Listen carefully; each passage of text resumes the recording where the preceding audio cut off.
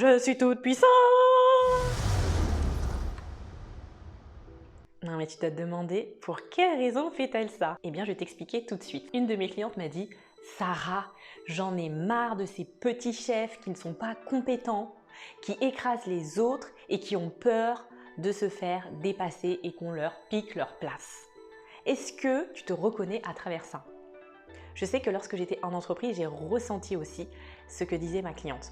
Lorsque j'ai travaillé pendant 10 ans en tant que cadre RH, j'ai constaté que je n'arrivais pas à m'inspirer de la part des managers et encore moins, j'arrivais pas à m'inspirer, je ne trouvais pas de figure inspirante aussi de la part des DRH. C'était encore moins visible de la part des DRH. Pour quelle raison?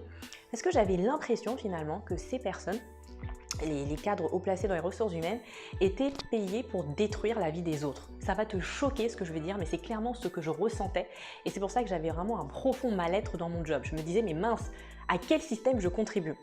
Et il y a plusieurs comportements que j'ai pu observer et je suis certaine que cela va te parler.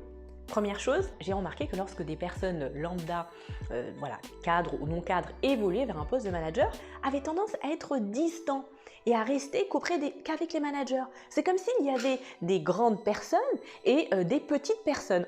Voilà, c'est quelque chose moi qui me gênait personnellement. Je me disais mince, moi j'ai pas envie d'être comme ça si j'évolue un jour en tant que manager.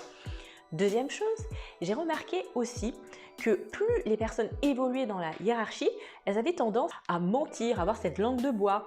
Je vais te donner un exemple. Il y avait des réunions d'équipe dans plusieurs entreprises dans lesquelles j'ai travaillé. On nous faisait une communication, mais souvent tout le monde était au courant en amont.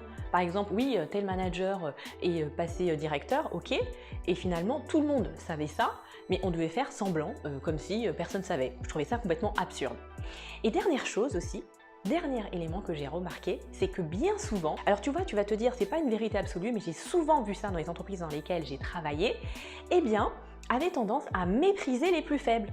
Voilà, donc il y avait des personnes importantes et des personnes moins importantes. Exemple, je sais que moi j'étais cadre RH, chargé de ressources humaines, c'était un poste qui me semblait assez prestigieux, et il y avait les gestionnaires paye. Et bien souvent, les managers ne retenaient pas les prénoms des gestionnaires paye, ne leur disaient pas bonjour, et moi j'avais ce privilège, on me saluait, Sarah, comment vas-tu? Et je me suis dit, mais mince, mais qu'est-ce que c'est que ça?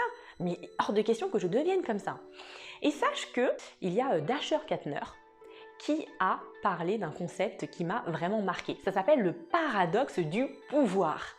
Paradoxe du pouvoir, eh bien c'est exactement ce que je viens de te décrire.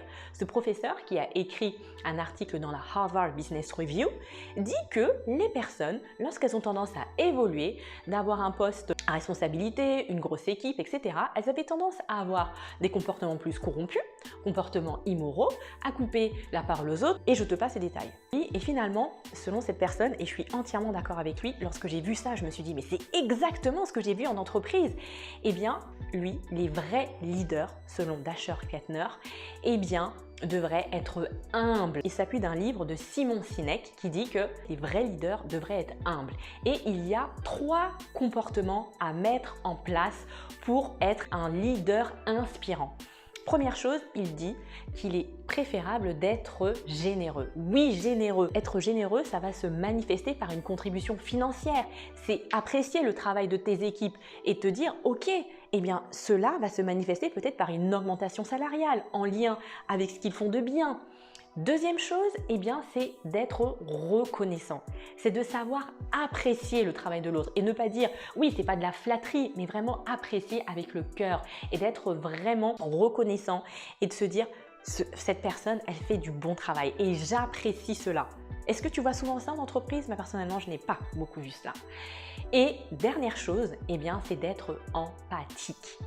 Combien de clientes me disent « Sarah, mais j'ai l'impression, mais on ne me comprend pas. » Lorsque j'étais cadre RH, et personne me disait « mais mince, mais mon manager ne comprend pas ce que je vis, etc. » Et ça, c'est une clé du leadership.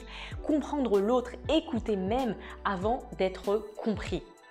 Et vraiment, si toi, aujourd'hui, tu es une femme et tu regardes cette vidéo et tu te dis « oui, Sarah, effectivement, moi j'aspire à évoluer. J'ai du leadership en moi, mais je ne sais pas comment faire.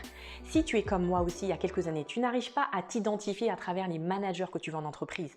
Tu te dis, j'ai des talents, mais comment faire pour trouver ma place? Comment faire pour agir avec bienveillance? Comment faire pour trouver ma place dans le monde du travail en tant que salarié ou entrepreneur? Et que tu es perdu, eh bien, sache que je serai ravie de pouvoir t'aider. Je t'invite à cliquer sur le lien de ma formation offerte où tu verras que je t'aiderai justement à y voir plus clair pour que tu puisses être toi-même dans ton emploi. Et si tu veux aller plus loin, je serai ravie de pouvoir t'aider pour que tu puisses devenir cette femme ambitieuse et que cela puisse briller au grand jour, mais tout en restant bienveillante et tournée vers les autres. À très vite!